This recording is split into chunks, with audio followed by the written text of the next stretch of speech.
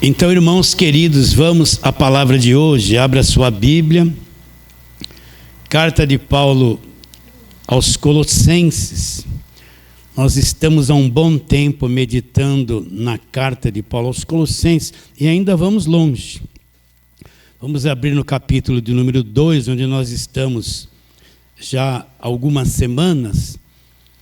E vamos ler do verso 6 até o verso 10. Colossenses, capítulo 2, versos 6 a 10. Abra aí, acompanhe direitinho. Vamos ler. Ora, como recebestes Cristo Jesus, o Senhor, assim andai nele.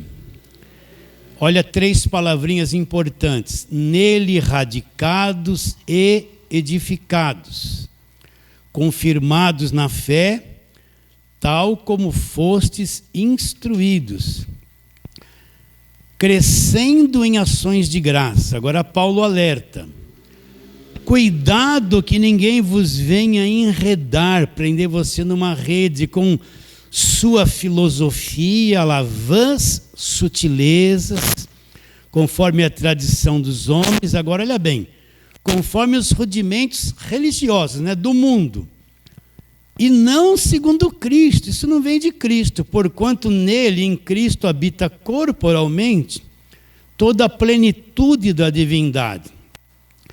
Também nele estáis aperfeiçoados, e ele é o cabeça de todo principado e potestade. Até aí. Então vamos à perguntinha, mas hoje eu não vou responder, você já pode me dar uma aula. Por que Paulo escreveu esta carta aos Colossenses? 4 falsas doutrinas entrou na igreja dos Colossenses. Então, quando a igreja tem falsa doutrina, o que a falsa doutrina faz? A falsa doutrina nunca aponta para a cruz, nunca aponta para a obra perfeita realizada por Jesus. Ela aponta em outra direção, levando as pessoas a crerem em coisas que não é a verdade, não é o evangelho da graça de Deus. E quando essas doutrinas entram na igreja, o que acontece com a mente das pessoas? Cria-se um véu na mente delas e elas se tornam pessoas cegas para a verdade da cruz, para o Cristo crucificado. Você vê que toda falsa doutrina é sempre ao contrário do Cristo crucificado. Então, quais são essas 4 falsas doutrinas que entrou na igreja dos Colossenses? Primeira, o asceticismo. Não vou explicar cada uma delas, já expliquei muito. A segunda é o gnosticismo. A terceira é o misticismo. E a quarta é o judaísmo, o pessoal da lei, querendo levar a igreja para a prática da velha aliança, que já acabou na cruz. Essa eu preciso falar de novo. Então nós temos que entender uma coisa. Quando Cristo vem, ele morre na cruz, ele cumpre a velha aliança, ele cumpre a lei, e ele é o Cordeiro de Deus que vai ser sacrificado. Por ele ser perfeito, ter um sangue perfeito, ele vai ser o último sacrifício da lei. Ele vai cumprir a lei, ser o último sacrifício da lei, e ele vai pôr um fim na velha aliança. Por isso que Paulo, que era um judeuzão, vivia debaixo de lei, nasceu debaixo da lei, era perseguidor da igreja, mandava matar os cristãos. Quando ele entendeu isso, ele começou a ensinar que toda a religião dele, aquele judaísmo, havia acabado na cruz. Todas as práticas da velha aliança, guardar as leis, as festas judaicas, os símbolos, todo aquele monte de ensinamentos da velha aliança, o Paulo disse que aquilo foi uma coisa útil para Deus, veio do próprio Deus, mas quando Cristo morre e ressuscita, estabelece uma nova aliança, aquilo próprio Deus pôs um fim. Então, como é que ele fala a respeito disso em Romanos 10:4? Ele diz: porque o fim da lei, o fim do sistema judaico, o fim daquelas cerimônias, o fim do templo, o fim dos rituais, o fim dos símbolos e das festas, e dos sacrifícios e dos votos, da obrigação de ser dizimista, tudo aquilo acabou na cruz. Olha como isso é pesado, porque eu estou me detendo um pouquinho neste quarto ponto, porque a maior parte hoje das igrejas, elas vivem no judaísmo, elas trazem a mentalidade da velha aliança e levam o povo para a velha aliança praticar aqueles rituais judaicos que já acabaram na cruz. Eles não percebem que nós estamos no Evangelho da graça de Deus. E o Evangelho da graça de Deus não é a história do povo judeu. É um novo conhecimento que Deus trouxe através de Jesus Cristo. E começa-se uma nova aliança. A primeira aliança acabou na cruz. E começa-se uma nova aliança. Um novo testamento totalmente diferente de tudo aquilo que foi a velha aliança e o judaísmo. Então, como é que eu tenho que olhar para a velha aliança? Com a ótica da nova aliança. Eu não tenho que olhar para o Velho Testamento e ter que cumprir tudo aquilo e praticar aquilo. Não. Se eu entendo a nova aliança, entendo o Evangelho da graça de Deus, quando eu olho para o Velho Testamento, eu olho para uma aliança que acabou, que não existe mais, que o próprio Deus, que estabeleceu a mesma, pôs um fim nela. E é uma coisa passada, que já não requer mais prática nenhuma a respeito daquilo. Então, o que é que cria o véu? O véu é criado quando eu vivo na mentalidade do Velho Testamento, porque lá tudo era por obras, por esforço, por jejum, por pagar preço, pelo esforço humano. E na nova aliança é pela graça de Deus, não tem esforço humano. Cristo fez tudo por nós e nos deu tudo gratuitamente. Então, para mim começar a entender o Evangelho da graça de Deus, eu tenho que ter como parâmetro esse ponto principal, essa divisão que tem que ser feita. A velha aliança acabou. Nós estamos num novo testamento, numa nova aliança. E a igreja não existia no Velho Testamento. Procura lá a palavra igreja, Velho Testamento. Não, era só a história do povo judeu.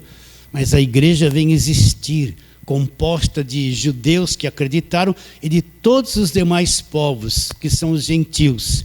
Ela veio existir no Novo Testamento, surge a igreja, uma coisa que não existia na Velha Aliança. Vocês estão entendendo o que eu estou dizendo? Então, nós estamos na velha aliança. Então, isso também entrou lá no meio da igreja dos Colossenses, alguns tentando levar eles para não pode comer isso, tem que guardar sábado, tem que guardar a lei. Então, Paulo escreve essa carta para dizer o que para eles? Que eles estão muito errados, eles perderam a visão da encarnação de Cristo, da grandeza de quem Cristo é, dos feitos da cruz, e ficaram cegos para a verdade e se voltaram para uma aliança, para doutrinas falidas que mais atrapalham e escravizam do que trazem a verdadeira salvação e libertação para as pessoas. Está bem claro isso na sua mente?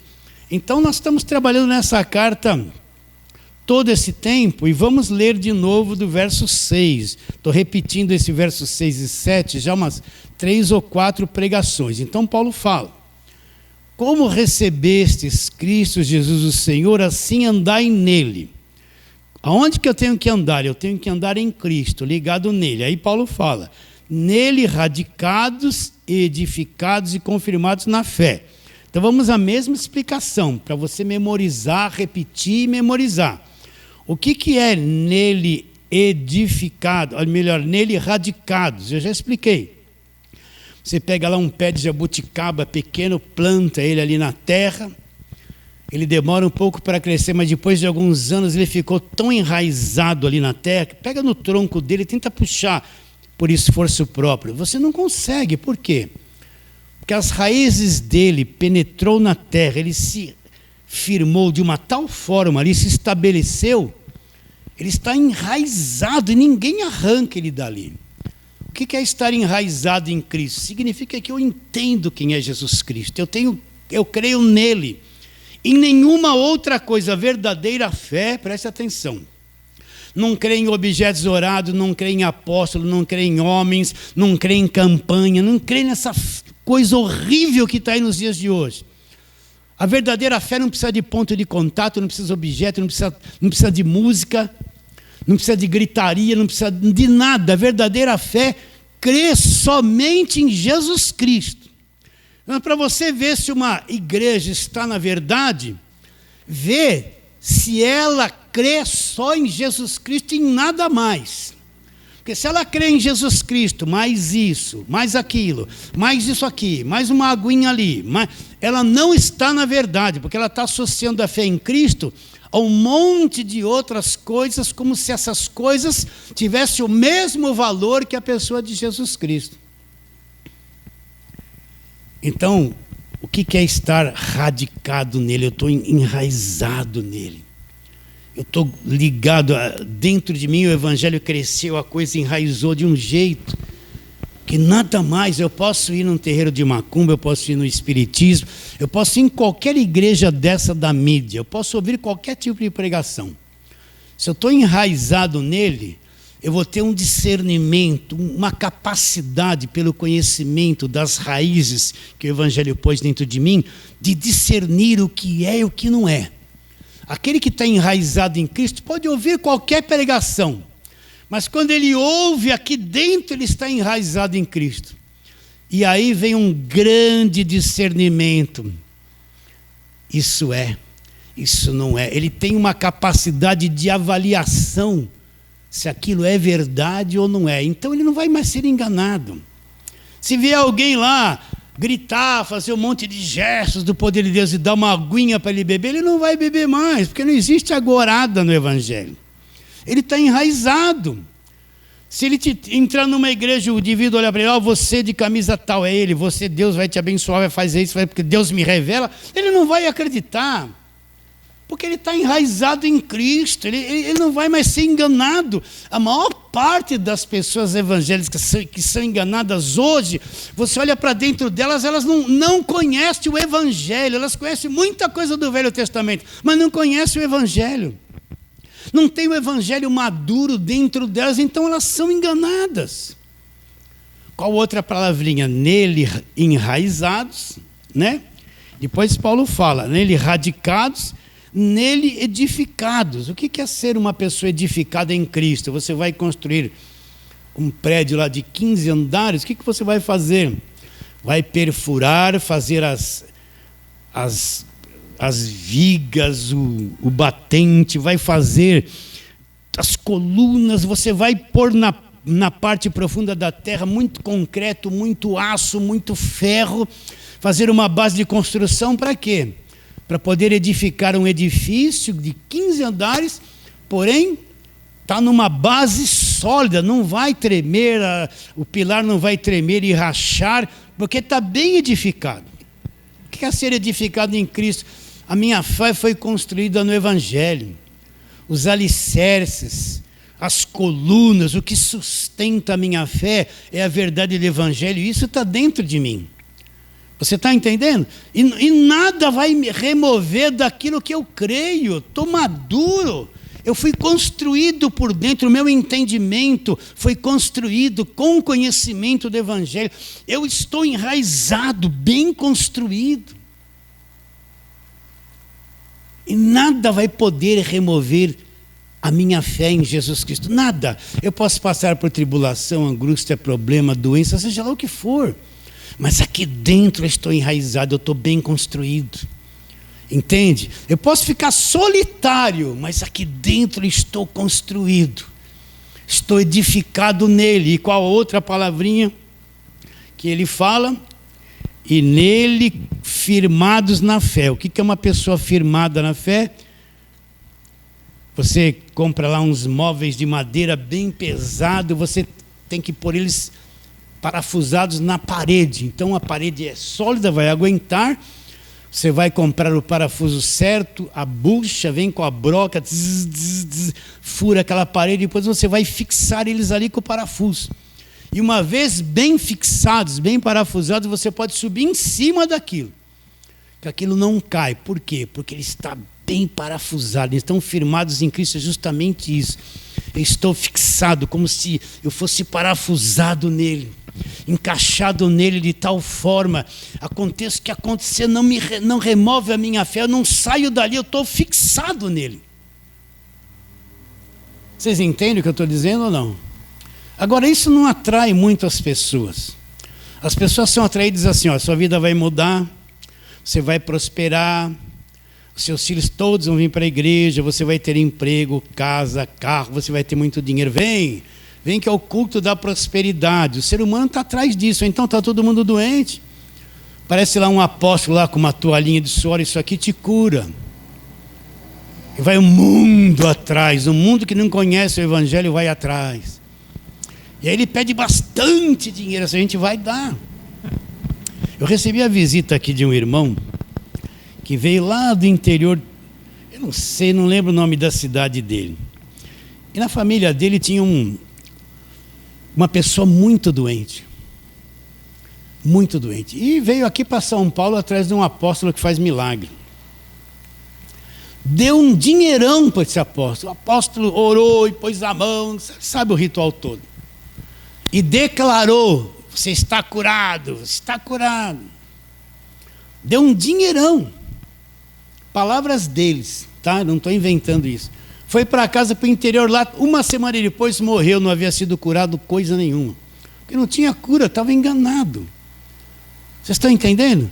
Mas se tivesse firmado na verdade, mesmo doente, não procuraria socorro num homem, procuraria socorro em Deus. Em Deus, eu sozinho, doente com Deus, é eu e ele.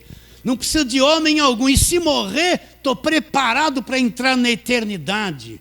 Estou firme, eu sei o que está me esperando lá, eu estou firmado na fé, eu tenho a vida eterna dentro de mim agora, eu não dependo de homem algum. Mas quem não conhece está vulnerável a todo tipo de engano. Aí depois Paulo alerta, ó. Olha o que ele fala no verso 8. Paulo vê o perigo que eles estão correndo e diz: cuidado, tome cuidado, seja cuidadoso, que ninguém vos venha enredar, prender você na rede. Né? Falamos isso as duas pregações passadas. O que é prender? O peixe vem nadando, o pescador esticou a rede, lá vem o peixe, entra na malha da rede, ele não consegue mais nem ir para frente, nem voltar para trás, ele ficou preso pela guelra.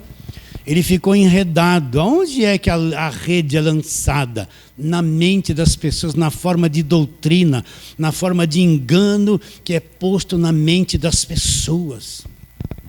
Você entende? Eu lembro que meu pai, ele foi para a Segunda Guerra Mundial, meu pai era militar, ele trouxe um crucifixo assim, benzido pelo Papa. Aquilo para ele era Deus naquela cruz, benzido pelo Papa. E eu lembro que um dia minha mãe veio com um preguinho, eu dormia assim na cama, ela pôs um preguinho e pôs aquele crucifixo lá. Eu adorei, né? Eu era católico. Mas quando eu comecei a aprender sobre idolatria, sobre cruzes, né? Cristo crucificado, essas coisas todas, um dia eu peguei aquilo e joguei longe, joguei fora, me libertei. Quando meu pai viu aquilo, quase ele me jogou para fora de casa, porque aquilo era... Vocês estão entendendo?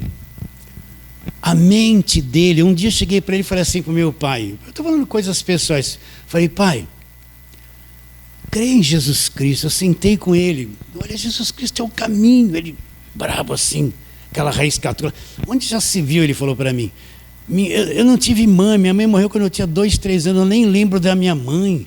Agora a Aparecida é minha mãe, é a minha mãe, como que eu vou deixar de acreditar nela? Era, sabe, ele desprezou grandemente. Aquela coisa simples que eu estava dizendo por ele. Por quê? Porque a cabeça dele era feita, um papa benzeu um crucifixo. Vocês estão entendendo? Eu falo assim mesmo, eu vivi isso. Minha mãe vinha... Olha a história de antigamente. Eu estava começando a ler a Bíblia, né? Minha mãe católica e tal, mas depois minha mãe se converteu e creu de verdade. Aí ela vinha contar a história assim para mim, por causa do que os padres falavam isso naquele tempo. Olha, tem uma mulher lá perto, não sei de quem, que começou muito a ler a Bíblia e ficou doida, né? Um dia caiu da escada, quebrou o pescoço e morreu. Essa é a história que os padres falavam para não ler a Bíblia, né? Você lê a Bíblia, você vai ficar assim, né? Por quê?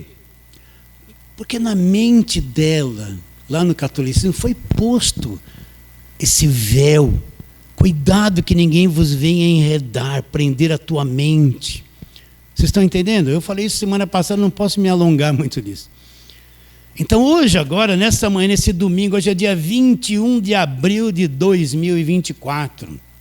Existem milhares de pessoas nas igrejas, nos cultos da manhã, com a mente enredada. Elas vão sair com uma rosinha ungida, um copinho de água do Rio Jordão, um olhinho de Israel, um pouquinho de sal, né? Uma chavinha de plástico, um vidrinho assim pequenininho de suco de uva, que é o sangue de Jesus, para passar na porta. Elas vão levar um monte de roupinha lá para alguém orar e trazer essas roupinhas benzidas para casa.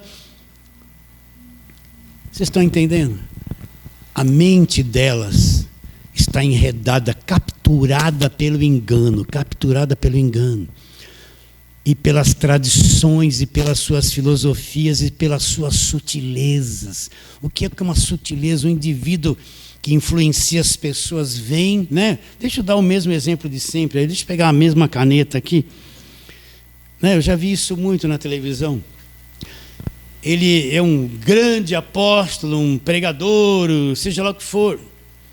Ele quer ter uma grande arrecadação. Então ele vem e fala assim: olha, meus irmãos, eu consagrei 3.000 canetinhas dessas no Monte Sinai. E Deus me revelou lá no monte, presta atenção, que quem pegar uma canetinha dessa e tudo que assinar, vai dar certo, é caneta ungida. Agora eu preciso muito de ajuda. Ele vai falar: eu preciso de 100 pessoas com R$1.000, eu preciso pagar o programa de televisão, é para a obra de Deus. Vocês estão entendendo o cenário? E muitas pessoas vão pegar isso aqui, acreditar e fazer o que eles querem que ela faça, porque elas têm é umas coisas sutil. E o homem de Deus é o grande apóstolo, é o grande homem, está falando a verdade, vão obedecer. Por quê? Porque elas têm a mente capturada pela tradição, pelas sutilezas, pelos rudimentos, pela filosofia. E isso não é segundo Cristo. Então Paulo fala: cuidado que ninguém vos venha enredar. Não seja uma pessoa com a mente capturada, presa por essas coisas. Agora, como não ter uma mente capturada? Quando eu conheço o Evangelho e conheço a verdade. Conhecereis a verdade conhecida vai te libertar.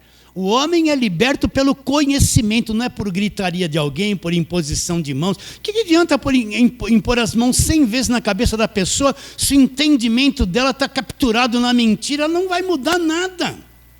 Agora, quando conhece a verdade, conhecimento da verdade, a verdade conhecida vai fazer o quê? Vai libertar, vai libertar. Então depois ele vai dizendo, olha lá: porquanto nele apresenta Cristo como a plenitude de Deus, também nele estáis aperfeiçoados. É isso que nós vamos falar hoje. O que é estar aperfeiçoados em Cristo? Onde é que eu fui aperfeiçoado se eu estou preso num corpo maligno que quer fazer um montão de coisa errada? Eu estou preso numa natureza terrena maligna que trabalha contra a minha fé, contra mim todos os dias. Como é que Paulo pode dizer que nós fomos aperfeiçoados, que houve um aperfeiçoamento em mim, eu estando nessa condição, com esse corpo assim? Então vamos trabalhar na palavra. Vamos lá. João, né? Vamos para João. João, capítulo de número 3. Você já sabe o que eu vou dizer, mas é isso mesmo. João capítulo 3, a partir do verso 1, vamos até o verso de número 6. Aquela conversa que Jesus teve com Nicodemos. Verso 1. Havia entre os fariseus um homem chamado Nicodemos, um dos principais dos judeus. Este de noite, foi ter com Jesus e lhe disse: Rabi, sabemos que és mestre vindo da parte de Deus, porque ninguém pode fazer estes sinais que tu fazes, se Deus não estiver com ele. Olha a resposta de Jesus. A isto respondeu Jesus: em verdade te digo, se alguém não nascer de novo, olha lá, olha a condição para ver o reino, não pode ver o reino. Perguntou-lhe Nicodemos: como pode um homem nascer sendo velho? Pode porventura voltar ao ventre materno e nascer segunda vez? Respondeu-lhe Jesus: em verdade te digo, quem não nascer da água e do Espírito. Água aqui não é água de batismo, água aqui é a palavra, depois eu explico. Não pode entrar no reino de Deus. Agora ele mostra 2 nascimentos. O que é nascido da carne é carne. Primeiro nascimento, onde todos nós passamos, nascemos da carne, do ser humano, somos carne.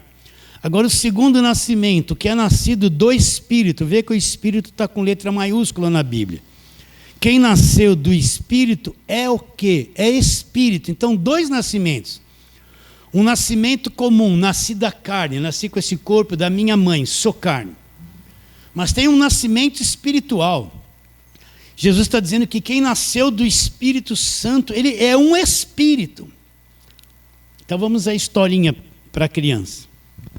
Deus criou homem e mulher, criou todo o planeta, pôs ele no jardim do Éden. E no capítulo 2, Deus dá uma ordem: vocês podem comer de todo o fruto que existe no jardim, menos um único mandamento: você não pode comer deste fruto, do conhecimento do bem e do mal, porque se vocês comerem, vai acontecer uma coisa muito ruim com vocês, vocês vão morrer. E eles comeram, e eles morreram, mas continuaram vivos. Isso é o básico. Pastor, você poderia perguntar: eles comeram e eles continuaram vivos e morreram? Que negócio é esse? Então você tem que entender como é que o homem funciona, a tua constituição. Eu não vou ficar abrindo, porque o que a Bíblia diz? Que o homem e o mesmo Deus de paz, está lá em Tessalonicenses 5:23, se eu não me engano. O mesmo Deus de paz vos santifica em tudo: o seu espírito, a sua alma e o seu corpo sejam conservados íntegros até a vinda de Cristo. Então a Bíblia apresenta o homem, a tricotomia do homem. O homem possui 3 partes: espírito, alma e corpo. Um espírito é a parte do homem capaz de se adaptar e conhecer o mundo sobrenatural de Deus. Deus é espírito, eu adoro em espírito, né? Para você entender. O Gilberto entrou em contato comigo lá de Minas Gerais: pastor, estou indo aí. E ele veio. Mas como que ele entrou em contato comigo? Ele, através de um aparelhinho celular, mandou lá um zap. Aquilo veio de uma forma invisível e ele apareceu ali, nós conversamos. Sem o aparelho, ele não teria condições de se comunicar comigo desta forma. Existe uma onda invisível, viva, que traz a comunicação. Está claro isso? Está entendendo isso? Então, a mesma coisa, o espírito do homem é a única parte do homem capaz de conhecer a Deus. Jesus disse: o verdadeiro adorador adora a Deus em espírito. Não é alma, não é carne, é espírito. Então, essa parte do homem mais profunda, que se chama espírito, é a parte do homem que entra em contato com o mundo invisível. Ele tem capacidade, como o celular, de receber imagens de Deus, mensagens de Deus, comunicação de Deus. O que é a alma do homem? Você tem consciência que você está vivo. A alma é o quê? Mente, você tem vontade e você tem um mundo emocional. Você é uma pessoa extremamente emocional. Você pode acordar contente, 10 horas da manhã está chorando, meio-dia está triste, 4 horas está contente de novo e 6 horas da tarde está em depressão. O que aconteceu com você? As tuas emoções, para cima, para baixo, vai para lá, vem para cá, parece um piano, um tobogã, né? Assim, ó. A nossa alma é mente. Eu penso, eu tenho vontade e tenho um mundo emocional. O que é o nosso corpo? Tem quantos sentidos? 5. visão, audição, olfato, paladar e tato. O meu corpo é preparado, não dá para a minha carne conhecer o mundo sobrenatural, porque a minha carne é preparada para conhecer o mundo material, o mundo físico. Então, como que eu vou conhecer o mundo físico? Eu toco, eu vejo, eu ouço, eu tenho olfato e eu provo. Está bem claro isso? Mas com esses sentidos, é incapaz de eu conhecer o mundo invisível de Deus, porque o mundo invisível de Deus é espírito. O meu corpo é apto para conhecer a matéria, mas incapaz de conhecer o mundo material. E a alma está ali no meio, entre o corpo e o espírito. Ela recebe influências do mundo invisível e do mundo visível. Expliquei isso rapidamente. Então o homem tem espírito, alma e corpo. Quando ele comeu do fruto, aonde ele morreu? Ele não morreu na alma, ele não morreu no corpo. Ele morreu no espírito, aquela imagem, semelhança de Deus, aquele sopro, aquela partícula de Deus que foi posta no homem e o homem viveu. O espírito do homem morreu, ele perdeu o contato sobrenatural com Deus, ele morreu por dentro. E qual o efeito dessa morte na alma e no corpo do homem? A alma do homem foi destruída. Hoje em dia o mundo emocional do homem é tristeza, angústia, depressão. Nunca se vendeu tanto remédio para depressão. Por quê? Porque o homem tem um mundo emocional destruído. Quando o espírito do homem morre, o mundo emocional do homem foi destruído, morreu.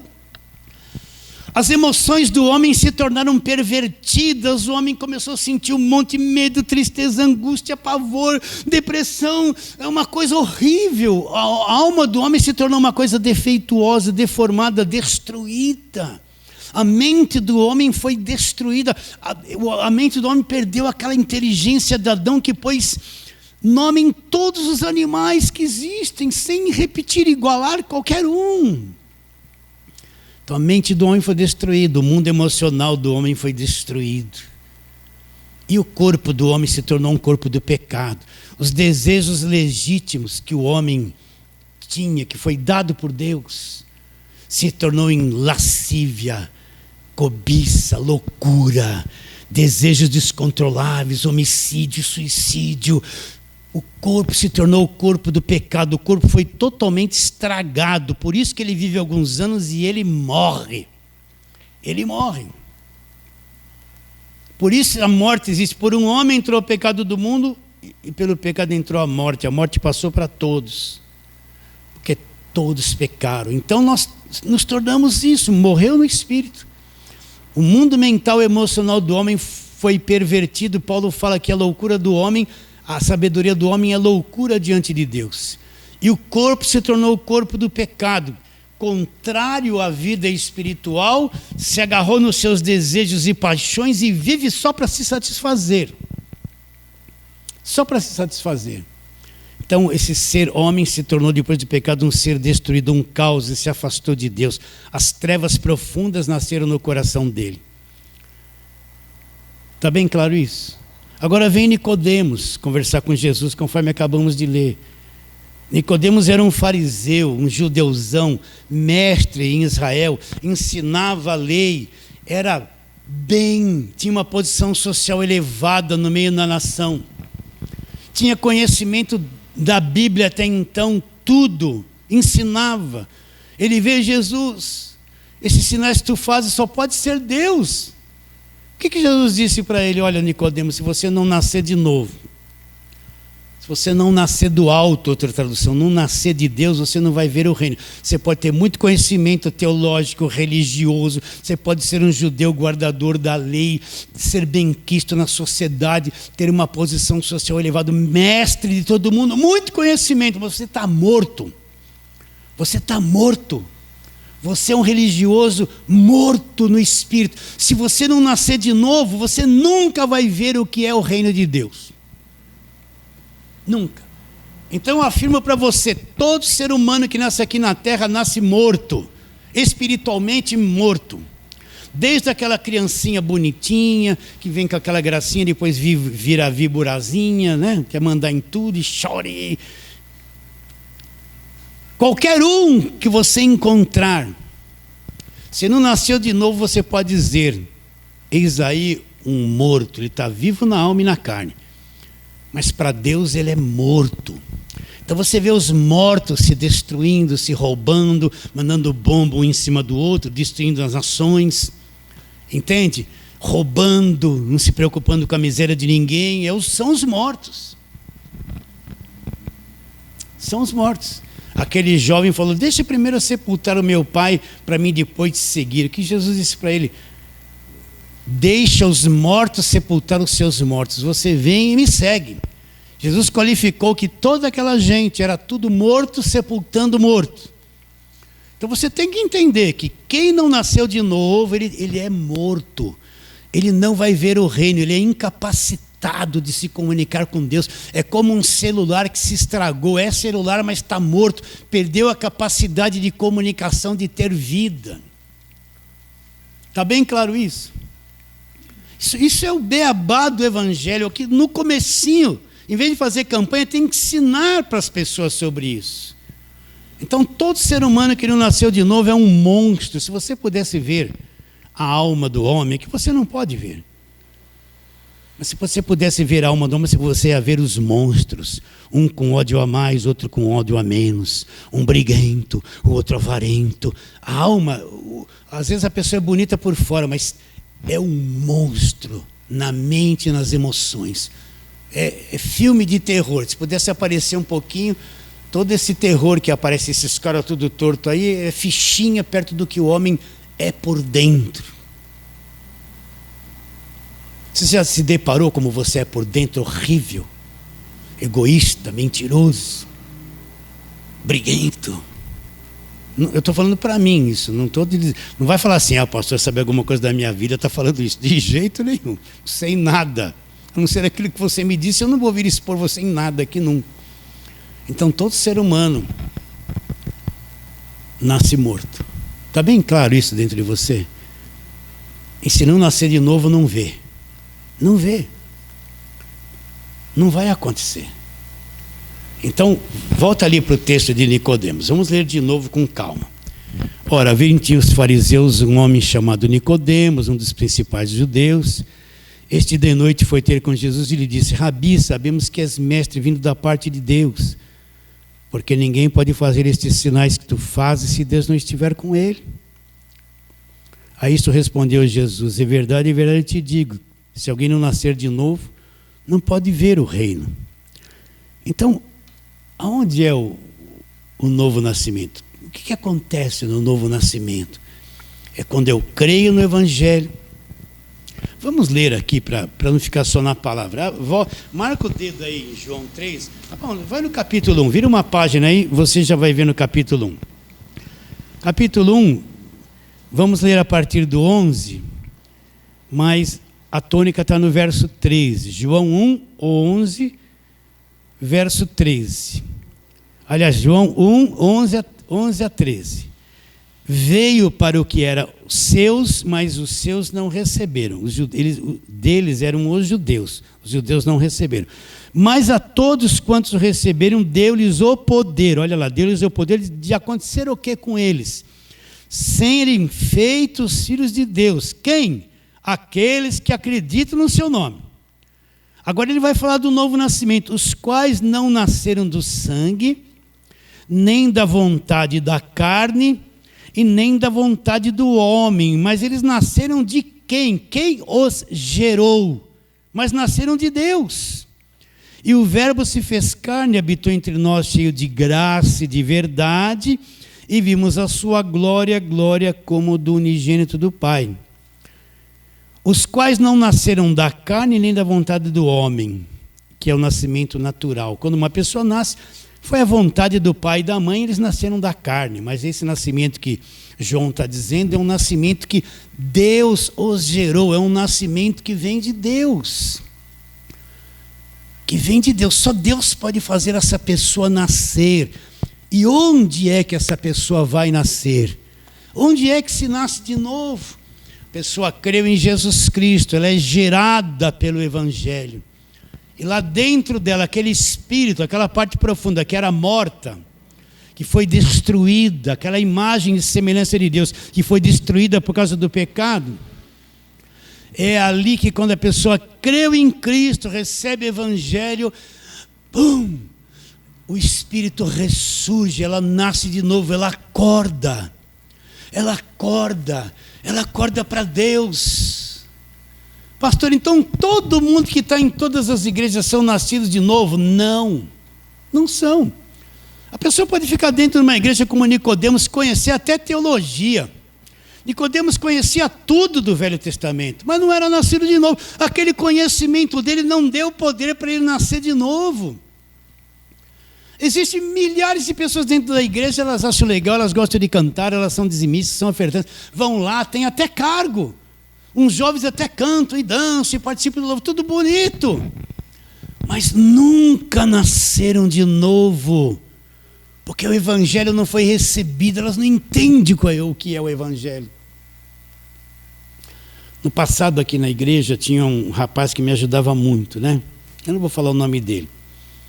Aí ele começou, ele nem, sabe, quando o pastor lida com alguém mais novinho, alguém mais novinho às vezes está com muita boa vontade de fazer as coisas, mas ele precisa de uma direção de alguém mais maduro.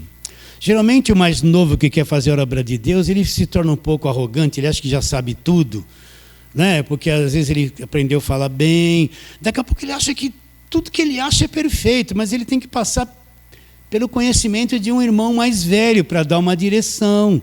Por isso que para ser um pregador, né? A pessoa aceita Jesus ontem, hoje já é missionário e está pregando, mas não aprendeu nada. Vai pregar o quê? Aí começa, Deus me revela, Deus manda te dizer, receba.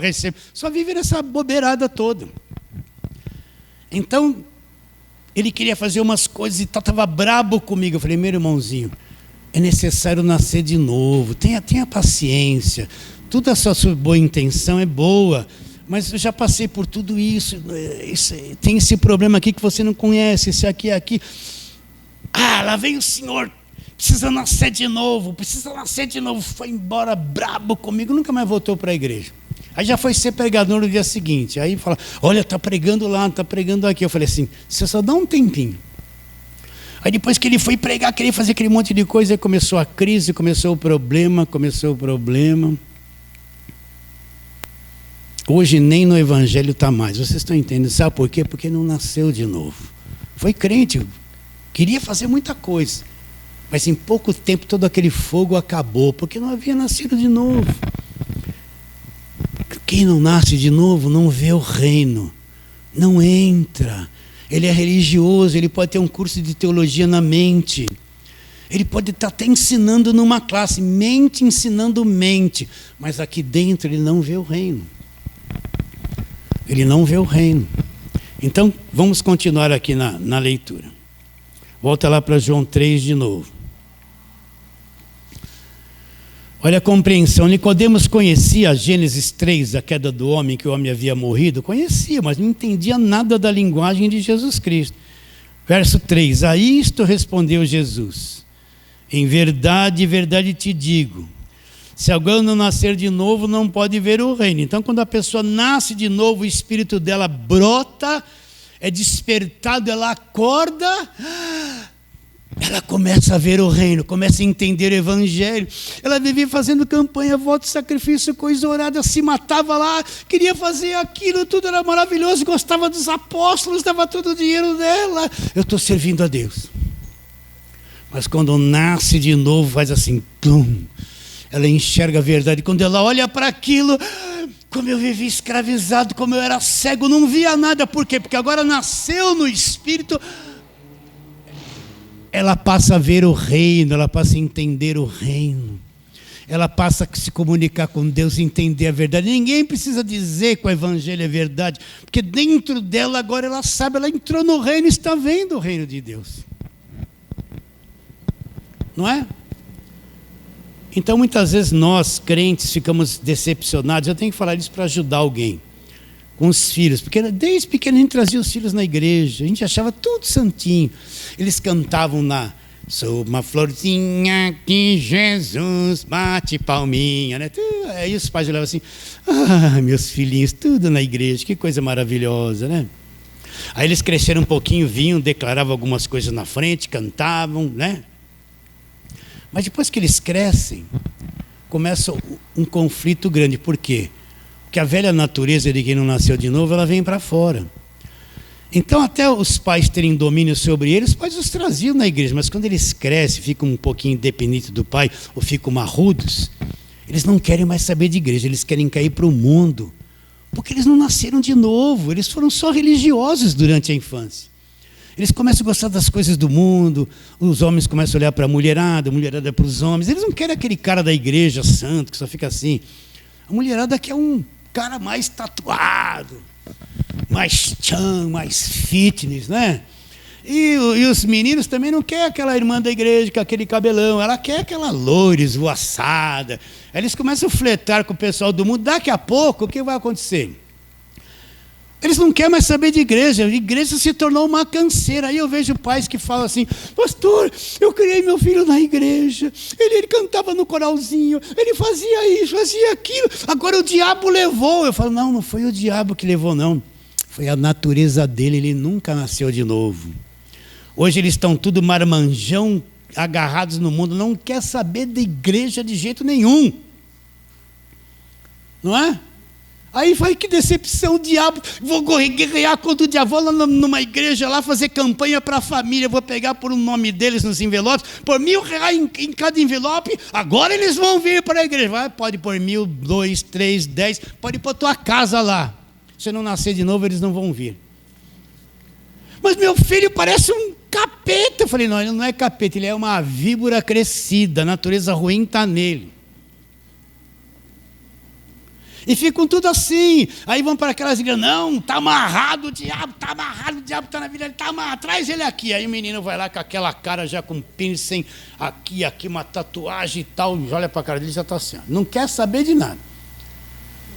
Olha aí, é o demônio no piercing. Quer usar piercing? Usa. Eu não tenho nada contra piercing. Quer tatuar a tua testa, tatua. Eu não tenho nada contra a tua tatuagem.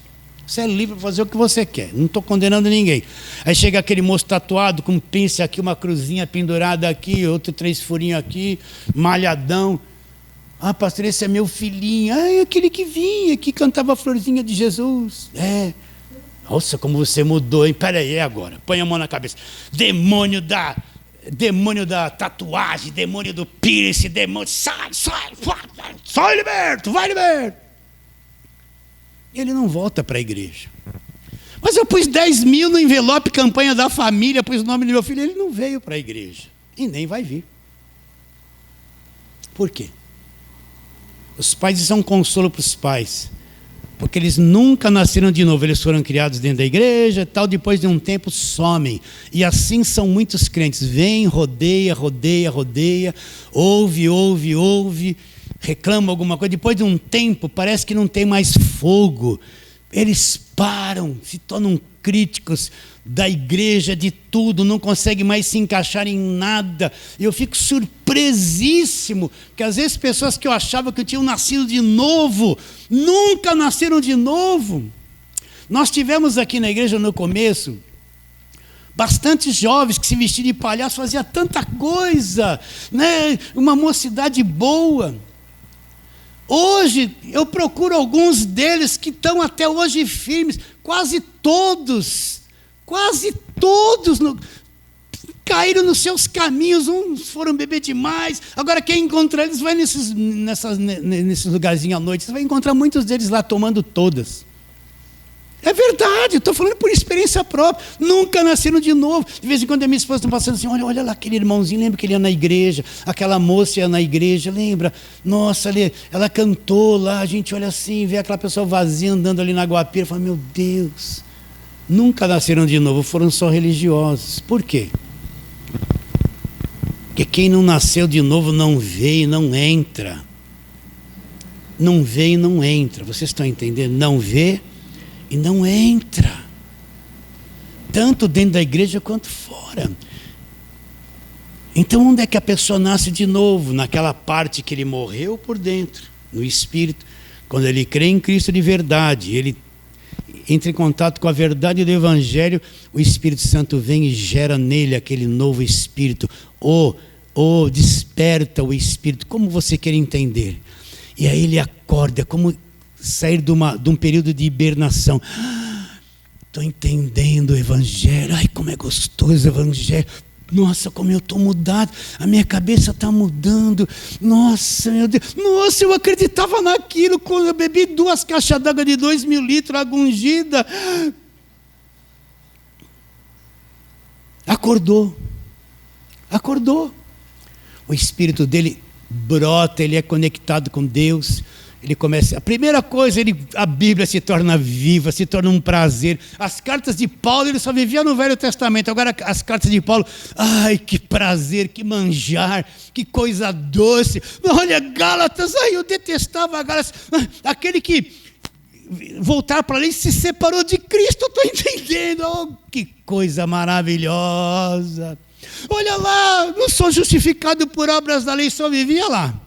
Sou justificado pela fé em Cristo, não é por obras, é pela fé. Ai, que coisa gostosa. Quando eu estava lá, o que é isso? Justificado. Se separar de Cristo, cai da graça. O negócio é só vitória, é só vitória. Elias orou, o fogo desceu, dá glória a Deus. Josué orou e o sol parou. Mas não entrou no evangelho, vocês estão entendendo? Agora, quando nasce de novo, que coisa linda, você nasceu de novo, ai, olha que prazer, eu falo assim para você aqui dentro, meu Deus, que coisa linda, gostosa é o evangelho, né? Agora, estamos lá em João 3, olha lá, vamos ler de novo, desde o 3, a isso respondeu Jesus, em verdade te digo, se alguém não nascer de novo, não pode ver o reino de Deus. Olha a mente de Nicodemos, ele conhecia a queda do homem, não sabia nada sobre isso. Perguntou-lhe Nicodemos, como um homem pode nascer? Olha, uma mente morta, uma mente humana, racional. Como um homem pode nascer sendo velho? Não pode voltar ao ventre materno e nascer segunda vez? Respondeu-lhe Jesus, em verdade te digo, quem não nascer da água e do Espírito não pode entrar no reino de Deus. Olha os 2 nascimentos. O que é nascido da carne é carne. Nós nascemos na carne, primeiro nascimento. Mas quem nasceu do Espírito Santo é um Espírito. Nós somos Espírito. Pastor, mas já me perguntaram assim, não está dizendo ali? Em verdade vos digo no versículo 5. Quem não nascer da água e do Espírito não pode entrar no reino. A água tem que se batizar, pastor, afundar a pessoa na água. Senão ela não vai nascer do Espírito, nem salva ela é. É isso que ele está falando? Não. Água aqui é a palavra. Vamos provar isso? Vai lá em Efésios capítulo 5, vamos lá. Marca aí, João, que nós vamos voltar. Efésios capítulo 5. Para você ver que na ótica de Paulo, a água não é água de batismo, é palavra, nascer da palavra. Conhecimento vem e você nasce de novo pela palavra. Palavra e Espírito faz você nascer de novo. Efésios 5, deixa eu chegar lá. E vamos ler aqui, verso 22. Mas não vou falar de marido e mulher, tá? As mulheres, Efésios 5, 22. As mulheres sejam submissas ao seu próprio marido, como convém ao Senhor, porque o marido é o cabeça da mulher, como também Cristo é o cabeça da igreja, sendo este mesmo salvador do corpo. Como, porém, a igreja está sujeita a Cristo, assim também as mulheres sejam sujeitas, ou melhor, sejam em tudo submissas ao seu marido. Maridos, amai a vossa mulher como também Cristo amou a igreja, assim mesmo se entregou com ela. Agora presta atenção. Para que a santificasse, tendo-a purificado por meio da lavagem de água pela palavra. O que Paulo está dizendo depois de falar do marido e mulher? Que a igreja foi purificada por meio da lavagem da água pela palavra. Apresenta a palavra como uma água que vai lavando, a pessoa está toda presa na religião, não está salva, vem a pregação do evangelho, a palavra vai lavando a vida dela, vai tirando toda aquela sujeira religiosa, falso evangelho, mentira, escravidão, lavagem da água pela palavra. Então quando ele fala nascer, vamos lá de novo, vamos lá, João 3, vamos lá. Quando ele fala quem não nasceu da água e do Espírito não é água de batismo. O batismo na água não vai fazer ninguém nascer de novo, não traz salvação, não tem nada a ver com isso. Respondeu-lhe Jesus, verso 5. Em verdade te digo, quem não nascer da água e do Espírito não pode entrar no reino. Então, por que ele está dizendo isso? O que é nascer da água e do Espírito? Eu vou ouvir a palavra, Jesus, eu vou ouvindo a palavra, agora vem o Espírito Santo e gera aquilo dentro de mim. Então, a palavra e o Espírito, eu entro no reino, eu vou nascer de novo. Por isso ninguém nasce de novo sem conhecimento. Você teve que ouvir. Você teve que ouvir um dia, uma hora, não sei como, ouviu e o Espírito veio, gerou, nasceu de novo. Pastor, você pode dizer, de vez em quando alguém fala comigo assim, pastor, é 20, 30, 15. A semana passada mandou um lá, 15. Pastor, 15 anos preso nessas coisas que o senhor fala. Agora, depois, ouvindo a pregação do Evangelho da Graça, agora eu me libertei, me sinto salvo. 15 anos.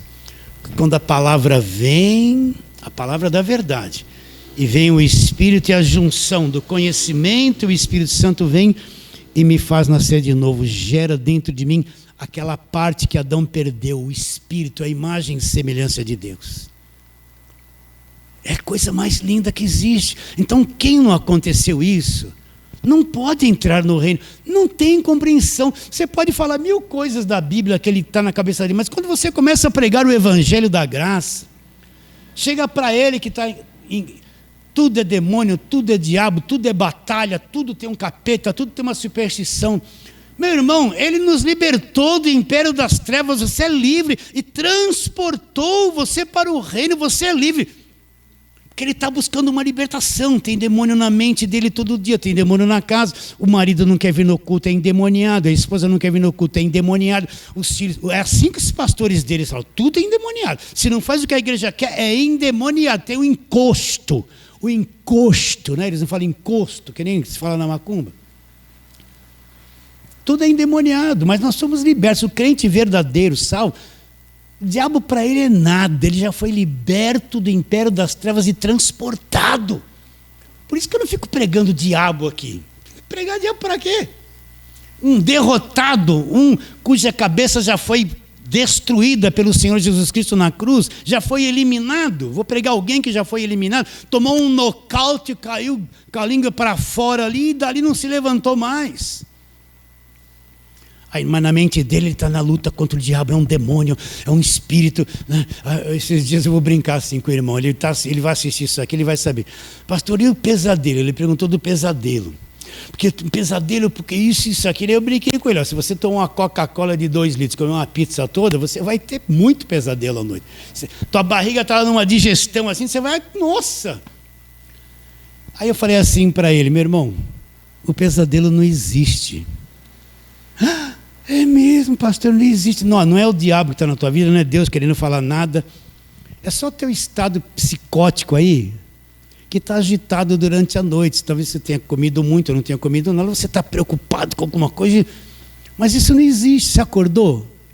Não é Deus falando, nem o diabo na tua vida. Nós somos libertos do império das trevas. Aí ele falou, é mesmo, pastor, respirou, né? Agora você fala essas coisas que a gente falou, você não perde a salvação. Romanos 8:1. Aquele, pois que está em Cristo. Não. Agora, pois, nenhuma condenação existe para quem está em Cristo. Chega para uma pessoa dessa que está debaixo de lei. A salvação não se perde, eu nunca vou me perder. Ele me salvou e me mantém salvo até o fim. Ele vai olhar para você e falar, está amarrado, está do diabo isso aí. Eu estou lutando para ser salvo. Se eu der uma mancadinha, eu já vou perder a salvação. Está dizendo que a salvação não se perde. Ele não conhece nada da cruz, do sangue derramado, do sacrifício perfeito e da salvação mesmo. Então ele acha que ele mantém a salvação, ele tem que lutar muito. Se ele falhou no dia, ele perde a salvação. Por quê? Porque não nasceu de novo, ele não capta essas verdades no espírito dele. Não capta essas verdades. Então quando você vê, levanta a mão, pega, passa aí, você faz aquilo, você vai olhar assim e falar, coitadinha dessa pessoa, não nasceu de novo. Não enxerga ainda. E uma coisa que vai te deixar estarrecido, você vai abrir os olhos de pavor. é que você vê tanta gente na igreja que nunca nasceu de novo. Isso que dá medo. Não é um medo de medo, preocupação. Tanta gente na igreja, templos lotados. Quando você vai ver o que o principal crê, ele nunca falou nada de nascer de novo para essa gente. Estão crendo em ilusões, estão sendo explorados, manipulados na igreja, manipulados politicamente. E não nasceram de novo. Então, caminhando já para o fim, hoje eu me estendi, olha lá, verso de número 6. O que Paulo fala para Nicodemos? Nicodemos, olha, verso 5, respondeu Jesus: em verdade te digo, quem não nascer da água e do Espírito não pode entrar no reino de Deus. O que é nascido da carne é carne, mas quem é nascido do Espírito, com letra maiúscula, é o Espírito Santo, ele é Espírito. Então agora você é Espírito, você nasceu no Espírito, você agora tem um homem interior, um homem Espírito, que está se desenvolvendo. Isso para te responder, porque ele fala assim, ó, fostes aperfeiçoados nele, já fomos aperfeiçoados nele, né? Só para, você é um homem Espírito, dentro de você é um homem interior, um homem nascido de Deus, um homem novo. Eu não vou ter tempo, mas deixa eu pegar só um. Vamos lá para segunda carta de Paulo aos Coríntios, capítulo número 4. Vamos lá, 2 Coríntios 4.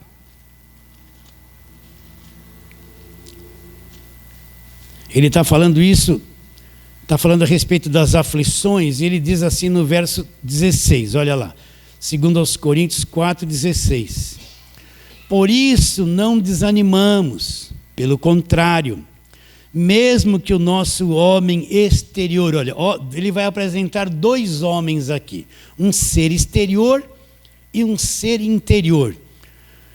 Por isso não desanimamos, mesmo que, pelo contrário, mesmo que o nosso homem exterior se corrompa, contudo o nosso homem, ou outro homem interior, se renova de dia em dia.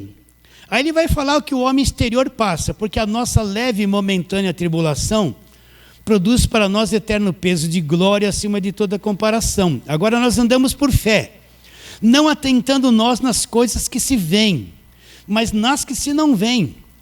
Porque as que se veem estão sujeitas ao tempo, são temporais, mas as que se não veem são coisas eternas. Então o que ele diz?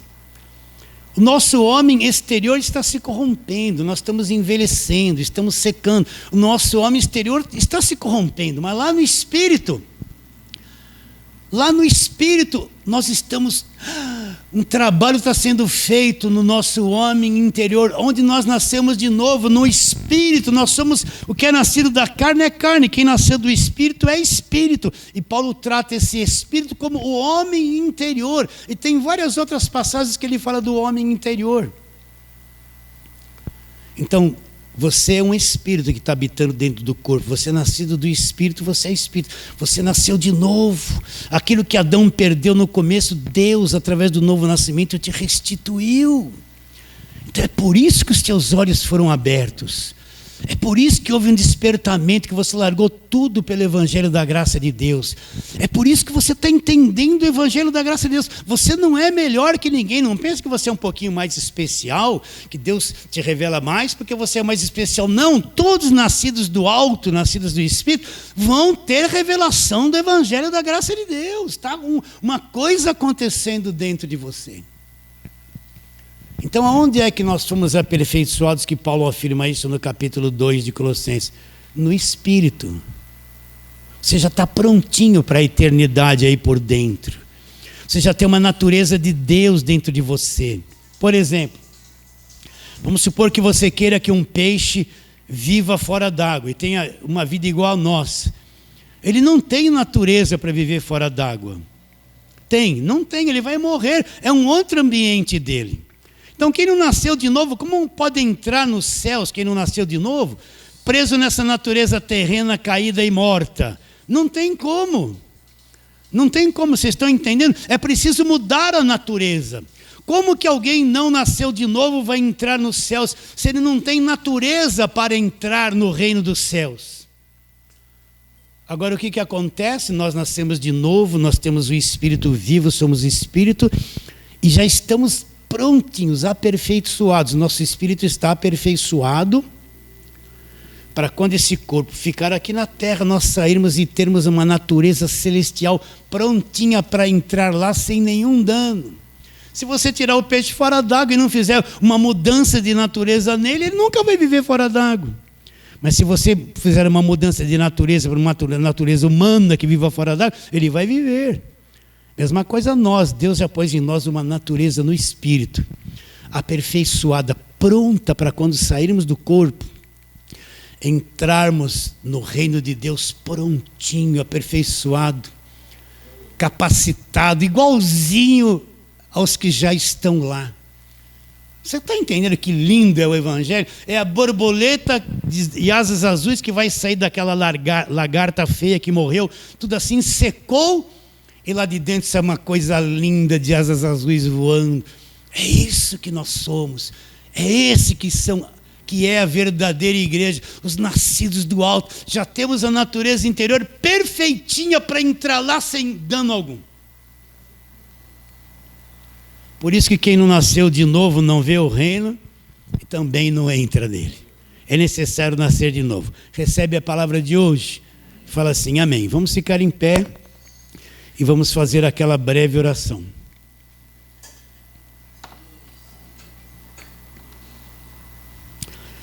Feche os seus olhos um pouquinho, se assim você desejar, e vamos orar. Senhor, é um prazer estar na Tua presença. É um prazer abrir a Tua palavra, falar e ouvir da Tua palavra. Nós Te adoramos profundamente. Também um peso existe no nosso coração, é que as pessoas alcancem o conhecimento do Evangelho da graça de Deus. E sabemos que se o Senhor não agir, nada vai acontecer. Por isso queremos pedir que o Senhor alcance as pessoas através da voz, através da pregação do Evangelho, essas coisas simples. Alcance o coração daqueles que já são fruto maduro, estão a um passo de ter entendimento, um passo de compreender a verdade, um passo para nascer do Espírito, Senhor. Nós oramos por essa gente, acreditando que isso vai acontecer, e muitos serão alcançados. E crendo pela fé, oramos em nome de Jesus. Fale assim, amém.